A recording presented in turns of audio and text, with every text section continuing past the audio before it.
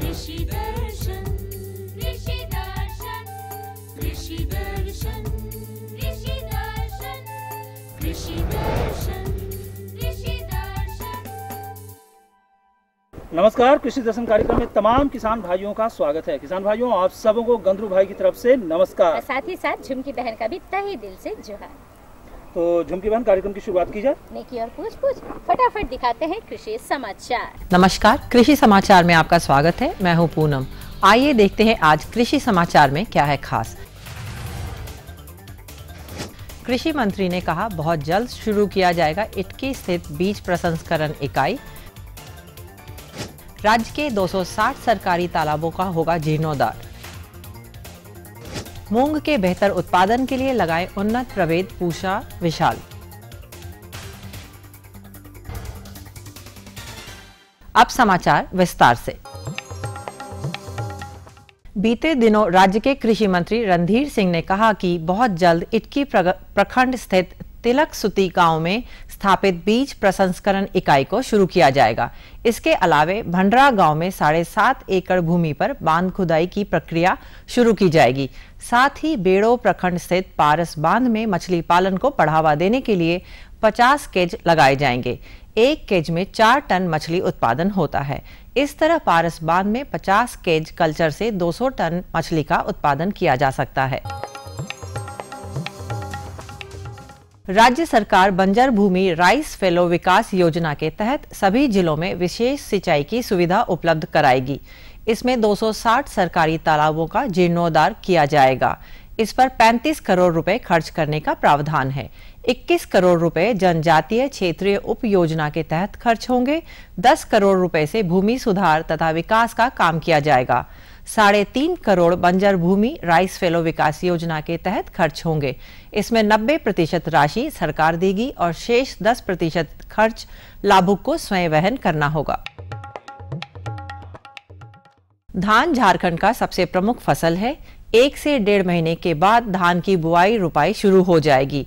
अपने राज्य में ज्यादातर किसान बिचड़ा रोपाई करते हैं। नर्सरी में बिचड़ा तैयार करने के लिए किन बातों पर ध्यान देना चाहिए, आइए जानते हैं अपने विशेषज्ञ से। नर्सरी तैयार करते वक्त किसान भाई ये ध्यान में रखें कि जो जहाँ पे नर्सरी दे रहे हैं उस जगह पे जल जमाव नहीं होता हो, और दूसरी बात है कि मतलब पानी की निकास की व्यवस्था हो, ये होनी चाहिए। और अगर बारिश नहीं हो पाता है तो उस जगह सिंचाई की भी व्यवस्था होनी चाहिए, क्योंकि अगर उस जगह जो उसमें मॉइस्चर की कमी हो जाएगी, नमी की कमी रहने पे वहाँ आपको उसके बिचड़े के ऊपर, सीडलिंग के ऊपर प्रभाव पड़ता है। तो धान के इसके लिए सबसे ज़रूरी ये है कि उस जगह, तो इसका एक जो तरीका है कि आप यदि बेड तैयार करते हैं नर्सरी के लिए, तो वो मिट्टी उस पर जो है 10 से 15 सेंटीमीटर ऊंचा हो उसका, जैसे सब्जी का तैयार करते हैं आप उसी तरह से आप इसका नर्सरी तैयार करें। और अल्टरनेट जो है उसमें सीडिंग करें, मतलब एक ही बार बीज उसमें नहीं डालें, उसको अलग अलग करके आज डालें, उसके 4 से 5 दिनों के बाद फिर आप दूसरे बेड में डालें। तो इससे क्या होगा, आपका जो उपयुक्त समय का, जो उपयुक्त उम्र का, एज का जो सीडलिंग है, चारा जो है वो मिल पाएगा और उसकी रोपाई कर पाएंगे, तो उससे आपका जो है उत्पादन फसल का वो बढ़ेगा। राज्य के किसान खरीफ दलहनी फसलों में यदि मूंग की खेती करना चाहते हैं तो मध्य जून से बुआई का काम शुरू कर दें। मूंग की अच्छी उपज के लिए पूसा विशाल या SML 688 नामक उन्नत प्रभेद लगाएं। मूंग की खेती के लिए बुआई में 30 किलोग्राम बीज प्रति हेक्टेयर की दर से उपयोग करें, जिसमें कतार से कतार 30 सेंटीमीटर और पौधा से पौधा के बीच की दूरी 10 सेंटीमीटर रखें। अच्छी उपज के लिए मूंग के उन्नत प्रभेदों में पूसा विशाल या SML 688 लगा सकते हैं। ये रोग अवरोधी किस्में हैं और 60 से 65 दिन में तैयार हो जाती है। इनकी उत्पादन क्षमता औसतन 12 से 15 क्विंटल प्रति हेक्टेयर है। खरीफ का मौसम आने वाला है। धान की खेती में जुताई और कादो का काम करने के लिए किसान भाई बिरसा रीजर हल का इस्तेमाल कर सकते हैं। इसकी कार्य क्षमता 40 से 50 डेसिमल प्रतिदिन है। और अब एक नजर राज्य के 5 प्रमुख शहरों के मौसम के मिजाज पर। राज्य के 5 प्रमुख नगरों के अधिकतम और न्यूनतम तापमान कुछ इस प्रकार दर्ज किए गए। रांची का अधिकतम तापमान 38 डिग्री सेल्सियस और न्यूनतम 22 डिग्री सेल्सियस। जमशेदपुर का अधिकतम तापमान 42 डिग्री सेल्सियस और न्यूनतम 25 डिग्री सेल्सियस। मेदिनीनगर का अधिकतम तापमान 42 डिग्री सेल्सियस और न्यूनतम 24 डिग्री सेल्सियस। देवघर का अधिकतम तापमान 36 डिग्री सेल्सियस और न्यूनतम 24 डिग्री सेल्सियस और धनबाद का अधिकतम तापमान 37 डिग्री सेल्सियस और न्यूनतम 24 डिग्री सेल्सियस रहा।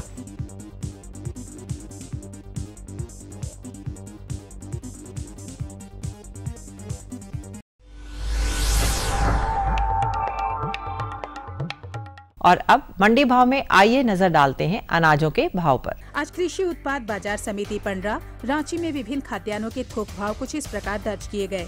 चावल मोटा 2000 रुपए से 2250 रुपए, चावल मध्यम 2350 रुपए से 2650 रुपए, चावल उत्तम 3650 रुपए से 4750 रुपए, गेहूं 1650 रुपए से 1850 रुपए, चना 3250 रुपए से 3550 रुपए, दाल अरहर 7400 रुपए से 7800 रुपए, दाल मसूर 6850 रुपए से 7250 रुपए, दाल चना 4150 रुपए से 4450 रुपए, सरसों तेल 8650 रुपए से 9850 रुपए, चीनी 3150 रुपए से 3250 रुपए, आलू 500 रुपए से 950 रुपए और प्याज 1550 रुपए से 1850 रुपए प्रति क्विंटल रहा।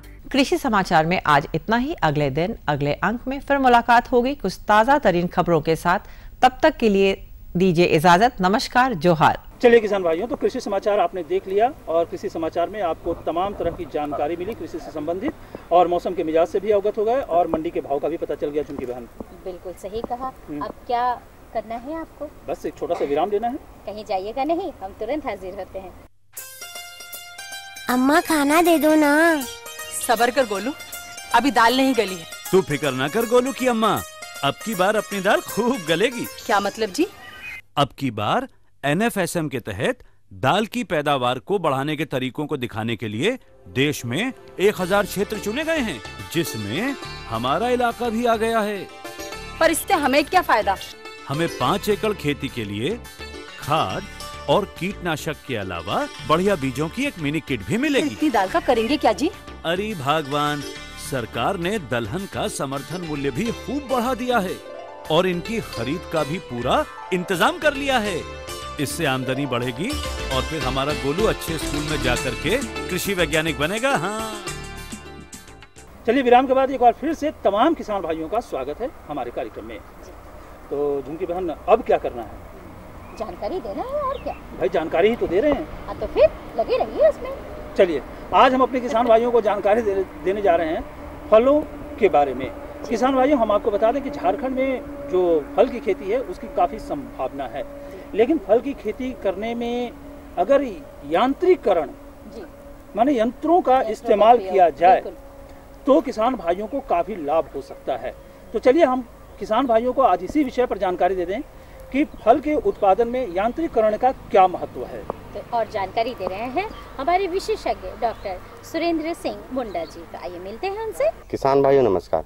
किसान भाइयों, आज हम आपसे बात करेंगे उन्नत फलोत्पादन के लिए यंत्रीकरण का महत्व। सर, हमारे किसान भाइयों को बताइए कि उन्नत फलोत्पादन के लिए उन्हें यंत्रीकरण का क्या महत्व है? उन्नत फलोत्पादन के लिए यंत्रीकरण का महत्व ये है कि यहाँ पर हम लोग का झारखंड बहुत ही सीमित एरिया में वो फलोत्पादन करते हैं। फलोत्पादन करने के लिए हमारे यहाँ पर जो भी यंत्र हैं उस यंत्र का उपयोग हम लोग यहाँ पर यूज करते हैं, यूज कराएंगे। और यूज करने के बाद क्या फलोत्पादन में हमको जैसे यहाँ पर होता है कि उन्नत बीज नहीं मिलती है, उसका खेत की तैयारी नहीं होती है, इस तरह से खेत की तैयारी नहीं होती है, जिसके कारण हम लोग यहाँ पर उन्नत बीज नहीं मिलती है, खाद नहीं मिलती है, उर्वरक नहीं मिलती है, जिसके कारण हम लोग यहाँ पर फलोत्पादन में जो होती है उस चीज़ के यहाँ पर या सही कीटनाशक दवा नहीं मिलती है, जिसके चलते हम लोग यहाँ फलोत्पादन नहीं कर पाते हैं। किसान भाइयों को आप ये संदेश देना चाहते हैं कि यंत्रीकरण बहुत ही ज़रूरी है आज के समय में फलोत्पादन के लिए।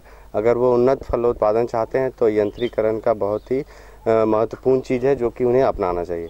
अब जैसा कि हम बात करें सर यंत्रीकरण के बारे में, तो ऐसे कौन कौन से यंत्र हैं जो कि फलोत्पादन में उपयोग में लाए जाते हैं, हमारे किसान भाई को ये बताइए। फलोत्पादन के लिए कृषि यंत्र का जो उपयोग है, इसमें बहुत तरह के मतलब इसमें 4-5 गो कृषि यंत्र हैं जिसका हम यूज कर सकते हैं, जिससे और उत्पादन को हम लोग बढ़ा सकते हैं। इसके लिए जैसे है कि पोस्ट हॉट ड्रिलर हुआ, स्प्रेयर डस्टर हुआ, स्प्रेयर डस्टर हुआ, रोकिंग स्प्रेयर हुआ, इस तरह के जितने भी इम्प्लीमेंट्स है, उस इम्प्लीमेंट का अगर यूज करेंगे तो हम लोग 3-4 हैं जो कि उसके द्वारा अगर यूज करेंगे तो हम फलोत्पादन में अच्छा उत्पादन ले सकते हैं। इन सब यंत्रों का उपयोग कर सकते हैं हमारे किसान भाई। तो जब भी ये यंत्र जो भी आपने बताया हमारे किसान भाइयों को, तो ये हमारे किसान भाई किस तरह से उपयोग में लाएंगे, और जब ये उपयोग में लाएंगे तो उन्हें किस तरह से लाभ पहुंचेगा, ये हमारे किसान भाइयों को बताएं। किसान भाइयों, जैसे कि पोस्ट डीलर के बारे जैसे बोल रहे हैं, पोस्ट डीलर का यूज़ करेंगे तो हमको किस तरह से लाभ होगा। तो पोस्ट डीलर जैसे है कि हम लोग गड्ढा खोदने में जो टाइम लगता है, गड्ढा खोदने में जो टाइम लगता है उस टाइम को हम या मजदूरी लगती है, तो उस मजदूरी को हम मेंटेन करने के लिए करते हैं, इसलिए पोस्ट डीलर का यूज़ करते हैं। पोस्ट डीलर के दिगर से जो हम यूज़ करेंगे तो 1 घंटा में 15 से 18 गड्ढा खोद सकते हैं, जो कि 15-30 सेंटीमीटर व्यास दाया का ले सकते हैं, जिससे हमको मजदूरी की कम लागत होगी, मजदूरी बचेगा और समय की बचत होगी, जिस आधार पर हमको उत्पादन में हमको वृद्धि लाएगा, उत्पादकता में बढ़ेगी, और उसके चलते हमको यहाँ का किसान भाई उससे उत्पादन अच्छी तरह से ले सकते हैं। दूसरा यंत्र जैसे है कि sprayer and duster. Sprayer and duster जैसे है कि स्प्रेयर से जो करते हैं हम लोग की दवा छिड़काने के काम में लाते हैं। दूसरा है डस्टर, जो होगा डस्टर पाउडर के फॉर्म को हम लोग छिड़काव करते हैं। तो उससे क्या होगा कि पहले ज़माने में जो करते थे सब झाड़ू से करते हैं या तो छोटे ही से करते हैं, तो पोस्ट जो स्प्रेयर और डस्टर आ गया, तो उसके चलते हम लोग जो स्प्रेयर करेंगे तो हम लोग को कम समय में उसकी छिड़काव कर पाएंगे, और जो छिड़काव करेंगे तो उसके जो फल के उत्पादन में जो वृद्धि आती है, उसके फल उत्पादन में जो कीटनाशक लगते हैं, उससे हम लोग उसका छिड़काव करने से हम लोग जो फायदा मिलेगा वो हमको उत्पादन और इसमें उत्पादकता में वृद्धि ला पहुँचाए। इसी प्रकार फुट पैडल स्प्रेयर है। पैडल के द्वारा जो स्प्रेयर करते हैं उसके द्वारा हमको क्या होता है, जैसे कि है यहाँ पे एक मशीन रखी हुई है जैसे गटूर मशीन उसी टाइप से है कि उसको पैडल में हम लेके एक हाथ से उसको हम चलाते हैं, दूसरे हाथ में उसका स्प्रेयर रहता है, जिसको लगातार हम करते रहते हैं। तो जो बगीचा वगैरह जहाँ पर भी है तो वहाँ पर हम उसको यूज कर सकते हैं, जो कि 5 फीट से 10 फीट यानी 15 मीटर तक भी हम उसकी ऊंचाई तक हम उस मशीन को यूज कर सकते हैं, जिसके चलते हमको जो भी रोग और कीड़े लगते हैं उसको हम निदान पा सकते हैं, और इसके द्वारा हम उसमें फलोत्पादन अच्छी तरह से ले सकते हैं। इस तरह से दूसरा हो कि बगीचाओं में जो कटाई और छटाई के द्वारा का जो आता है, होस्ट करके नाम है, जिससे हम उसका प्रूनिंग, जैसे कोमल डालियों को जैसे काटने छटने के लिए जो निकोनी करते हैं, उसके लिए हम उसको यूज करते हैं, जो कि इसके कटाई छटाई के तहत जो कोमल डाली को कट के जो पुराने डाली को हटाते हैं, कोमल डाली निकलती है, उसके द्वारा जो फलन होगा वो बहुत ही अच्छा होगा और उससे उत्पादन हम ले सकते हैं। इसी तरह से पोस्ट और होस्ट, जिसका कहने का मतलब है कि हम उसका निकोनी करते हैं, तो उसके लिए जो है कि 2 गेंग लगी हुई है, एक आगे के लगती है, एक पीछे लगती है, दोनों का विपरीत दिशा पे जो उसका होता है, उसके द्वारा जो निकोनी होती है, जो आगे के द्वारा से जो होती है वो दाईं में फेंकती है मिट्टी, और पीछे जो लगती है वो बाईं की ओर जाती है, जिसके द्वारा जो वहाँ पर निकोनी जो भी होता है, जो भी खरपतवार रहता है उसको नष्ट कर देता है। उसके द्वारा जो बगीचा में जो भी खरपतवार रहते हैं उसको ख़त्म करता है, और जो रोग कीटाणु अगर लगते हैं फलों में उसी से निदान पाते हैं, और इसके द्वारा हम किसान भाइयों फल उत्पादन में हम लोग वृद्धि अच्छी तरह से पाते हैं। किसान भाइयों, हमारे विशेषज्ञ ने आपको 2-3 यंत्रों के बारे में बताया, और बताया कि इसको किस तरह से उपयोग में लाएं और ये किस तरह से आपको लाभ पहुंचाती है। और सर, जब हमारे किसान भाई इन यंत्रों को उपयोग में लाएंगे तो क्या सावधानी इन्हें बरतनी चाहिए जिससे कि उनके फसल को नुकसान ना हो? इन यंत्रों को चलाते समय उन्हें क्या सावधानी बरतनी चाहिए? डस्टर और स्प्रे चलाने के समय में किसान भाइयों ये चीज़ को ध्यान देना चाहिए कि उसमें खाली पैर नहीं जाना है, खाली उसमें जूते लगा के जाना है। जब हवा की चलती है तो हवा के विपरीत दिशा में नहीं होके, हवा के विपरीत दिशा से नहीं जानी है। अगर पूरब से हवा चल रही तो आपको पश्चिम की ओर से उसको स्प्रे नहीं करना है, उसको जिस डायरेक्शन में जाती है उसी डायरेक्शन में उसको करके हम लोग उसका स्प्रे करें, ताकि या तो डस्टर भी छिड़क रहे हैं तो उसके विपरीत दिशा में करें, ताकि आपको उसे नाक या आई में जो घुसती है या तो दस्ताना लगा के करना चाहिए, ताकि आपको उसमें कोई किसी तरह का हानि नहीं पहुंचे। और 1-2 यंत्र बता रहे थे आप, जैसे पोस्ट हॉट डीलर जो हुआ, पोस्ट हॉट डीलर को जो चलाते हैं, डिगर को चलाते हैं, उस समय भी सावधानी रखना चाहिए कि आपको पैर में जो भी है तो उसमें सूट बूट के साथ जाना चाहिए, एक ही नहीं गमछा लगा के जाना चाहिए। इस तरह के सावधानी चुस्त दुरुस्त होकर आप मशीन को चलाएं तो उससे आपको किसी तरह की हानि नहीं पहुंच सकती है, किसी तरह की हानि उसमें नहीं हो पाएगी। इस तरह से आपको सावधानी बरतना है। और जब काम ख़त्म कर लेते हैं तो पूरा सब मशीन को अच्छी तरह से धो के अपने स्टोर रूम में उसको रखना चाहिए, ताकि उसी किसी तरह का कोई बच्चे जाएँ तो या कुछ भी हो तो उसे दवा का जो अंश रहता है वो छूने से जो हानि आती है वो हानि नहीं हो। इसीलिए तब यंत्र को अच्छी तरह से साफ सुथरा करके उसको रख दें। लास्ट में ये भी करें कि आप उसमें अगर मोबिल हो या कुछ मोबिल हो या जला हुआ मोबिल रहता है या मोबिल हो या तो कुछ किरासन तेल हो या तो कोई भी हो तो उसके द्वारा हम उसको अच्छी तरह से उसको पोंछ के रख दें या डाल के रख दें, तो उससे द्वारा जो भी जंक लगता है, पानी का अंश उसमें रहता है तो पानी का अंश को हटा देगा तो वो जंक खत्म हो जाएगी। इस तरह से ये सावधानी आपको जो ये लाखों मतलब सालों भर से सालों अच्छी तरह से ये आपका बहुत दिन तक ये मशीन टिकाऊ में रहेगी। तो किसान भाई, आपने देखा कि हमारे विशेषज्ञ ने यंत्रीकरण के बारे में कितनी अच्छी जानकारी दी। आशा करता हूं कि आप इन जानकारियों से लाभ कमाएंगे और आपसे अनुरोध है कि आप हमसे जुड़े रहें और अधिक से अधिक लाभ कमाएं। सर, आपने हमारे किसान भाइयों को इतनी अच्छी जानकारी दी, उसके लिए आपका बहुत बहुत धन्यवाद। किसान भाइयों, आपको सबको नमस्कार।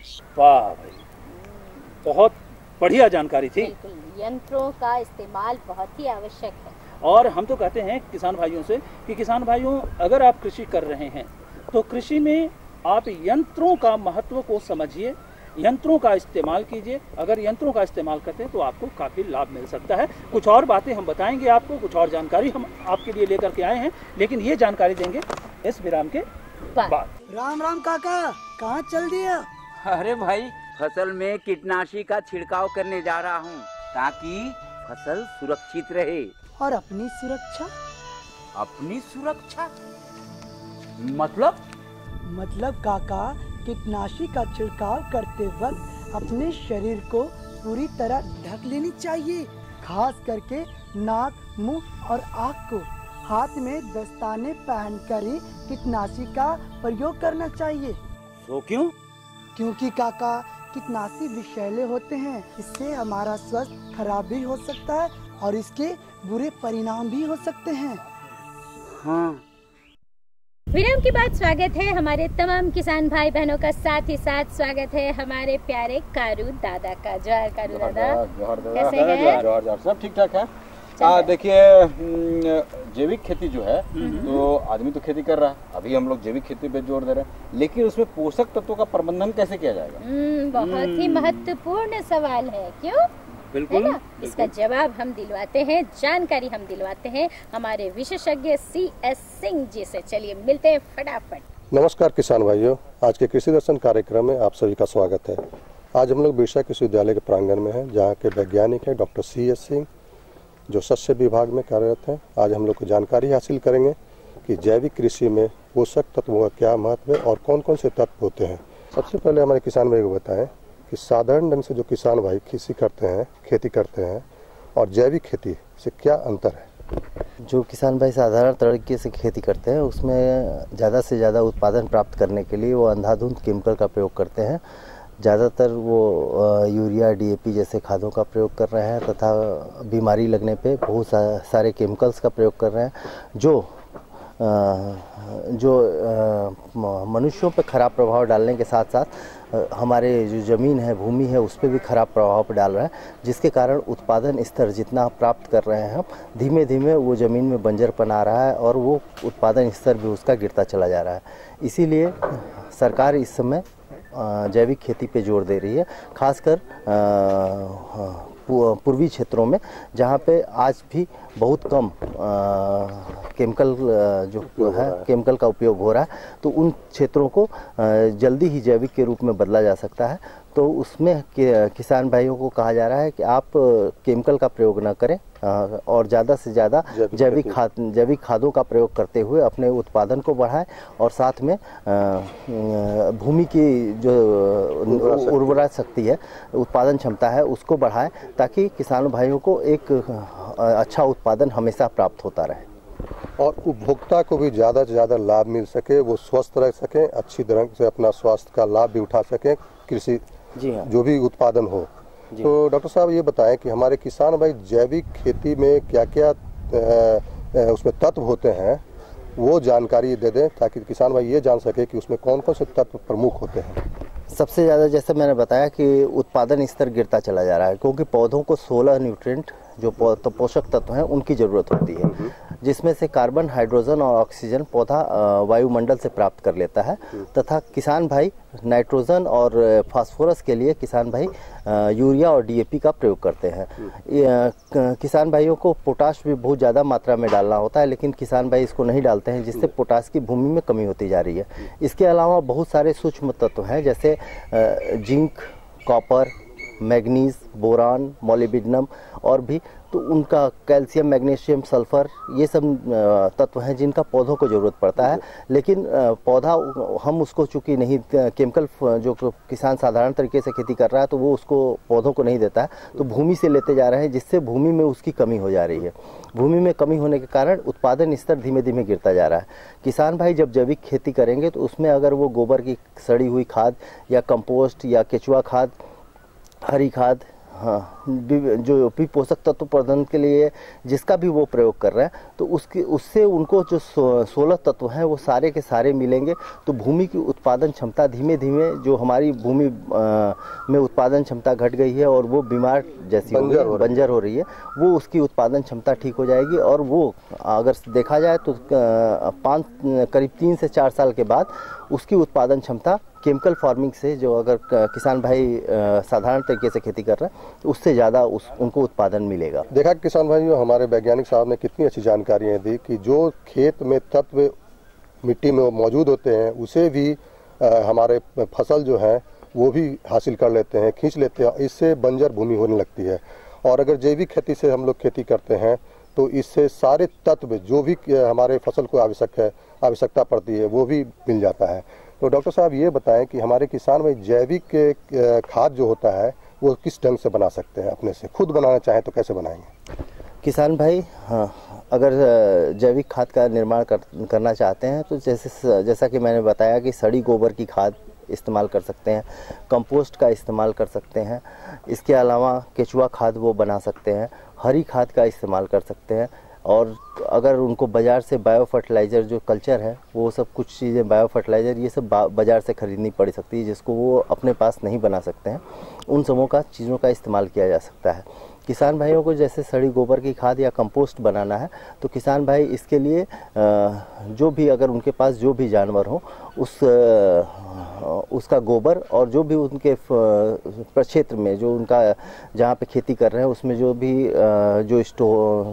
जो उनको स्टोवर मिल रहा है पौधों का या पत्ता जो कुछ भी मिल रहा है, हाँ, उसका वो इस्तेमाल कर सकते हैं, उसको वो पिट बना सकते हैं। उसके लिए एक होता है खुला हुआ पिट और एक होता है बंद पिट, दोनों चीज़ों का दो तरीके से बनाया जा सकता है। मतलब गड्ढे हुए, हाँ गड्ढे, है ना। उसमें खुला हुआ जो पिट है उसमें थोड़ा जल्दी तैयार हो जाता है और उसमें ये होता है कि मज़दूरों की संख्या थोड़ा ज़्यादा लगती है। किसान भाइयों को उसमें 5 से 6 बार उसको सारे जो गोबर है और पेड़ का हरा पत्ता और जितना टहनी है सारी चीज़ों को उसमें डाल देना होता है। उसको 5 से 6 बार उसको पलट देना होता है ताकि हवा मिलती रहे और उसका सड़न जल्दी से जल्दी हो सके। ये खाद करीब 4 से 5 महीने में तैयार हो जाती है। और किसान भाई अगर ढका हुआ तैयार करना चाहते हैं तो उसमें गोबर जितना पेड़ का पत्ता या कुछ भी जो मिल रहा है उसको वो डाल दें और उसके बाद उस पिट को गोबर से लेप कर देना होता है और उसको छोड़ देना रहता है। उसमें क्या होता है कि उसकी गर्मी से, जो चूँकि हम ढक देते हैं तो गर्मी इतनी अधिक होती है कि उसके अंदर अगर खरपतवार का कोई बीज भी अंदर रहता है तो उस गर्मी से बीज भी मर जाता है। तो ये जो ढक के तैयार करते हैं कंपोस्ट वो अच्छा होता है क्योंकि सारे जो खरपतवार के बीज सबको वो मार देता है। और लेकिन इसमें टाइम ज़्यादा लगता है, इसमें करीब 7 महीना 8 महीना लग जाता है तैयार होने में और उसका किसान भाई प्रयोग कर सकते हैं।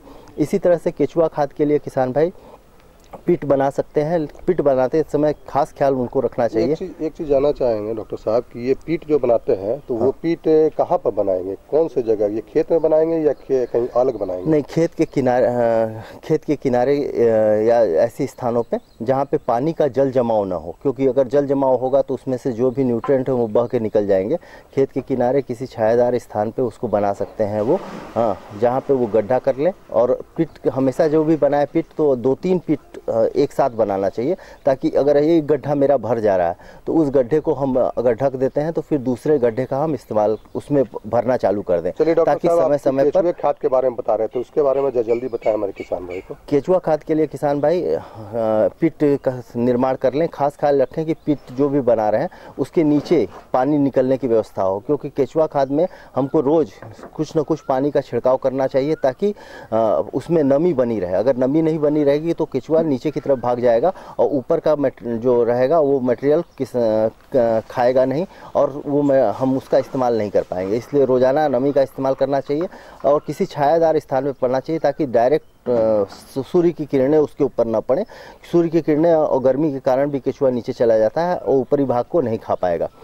इसके लिए किसान भाई अगर अच्छी तरह से उसको तैयार करना चाहते हैं तो जो पिट है उसमें नीचे सबसे नीचे 10 सेंटीमीटर गोबर की खाद का पहले डालना चाहिए और उसके बाद 10 सेंटीमीटर हमको जो पौधे का पत्ता और जो स्टोवर मिल रहा है पौधों का, हम गेहूं की कटाई कर लिए तो उसके बाद जो स्टोवर मिल रहा है उसको इस्तेमाल कर सकते हैं और ऐसे करते हुए फिर गोबर फिर पत्ता करते हुए ऊपर तक उसको भर देना चाहिए। खास ख्याल रखना चाहिए कि ऊपर भी फिर गोबर का ही मात्रा रहे। इसमें हम केचुआ डाल देते हैं और 1500 केचुआ प्रति स्क्वायर मीटर के हिसाब से हम प्रयोग करना चाहिए। ये खाद करीब 2 से ढाई महीने में तैयार हो जाती है और हमको बस ये देखना चाहिए कि अगर जो भी उसका हम रोज़ पानी छिड़काव कर रहे हैं तो उसमें नीचे से जो अधिक पानी होता है वो बह के निकल जाता है। उस पानी को भी वेस्ट न समझें, उसका भी किसान भाई इस्तेमाल कर सकते हैं। डॉक्टर साहब आप यहाँ अच्छी जानकारियाँ दी, इसके लिए आपका बहुत बहुत धन्यवाद। नमस्कार। और सभी किसान भाइयों को मेरी तरफ से डॉक्टर साहब की तरफ जोहार, नमस्कार। क्या बात है, बहुत अच्छी जानकारी हुई और फटाफट जानकारी भी मिल गई। बिल्कुल। और हमारे किसान भाई सोच रहे होंगे कि भाई जैविक खेती अगर हम करते हैं तो पोषक तत्वों का हम कैसे प्रबंधन करें, तो ये प्रबंधन की जानकारी तो हमारे विशेषज्ञ महोदय ने दे दी है और हम उम्मीद करते हैं कि इसका इस्तेमाल करके किसान भाई काफी लाभान्वित होंगे। बिल्कुल होंगे। अब खतों की बारी है तो फटाफट जानकारी ले लीजिए पते की, ताकि आप हमें अपने सुझाव लिखकर भेज सकें। बिल्कुल। और समस्या भी। तो हमारा पता है कार्यक्रम कृषि दर्शन कृषि प्रकोष्ठ द्वारा केंद्र निदेशक दूरदर्शन केंद्र राथू रोड रांची। पेन संख्या है 834-001। तो हमें रहेगा आपके खतों का बेसब्री से इंतजार, लिखना बिल्कुल मत भूलिएगा। तो किसान भाइयों इसी के साथ हम सबों को दीजिए अनुमति। नमस्कार।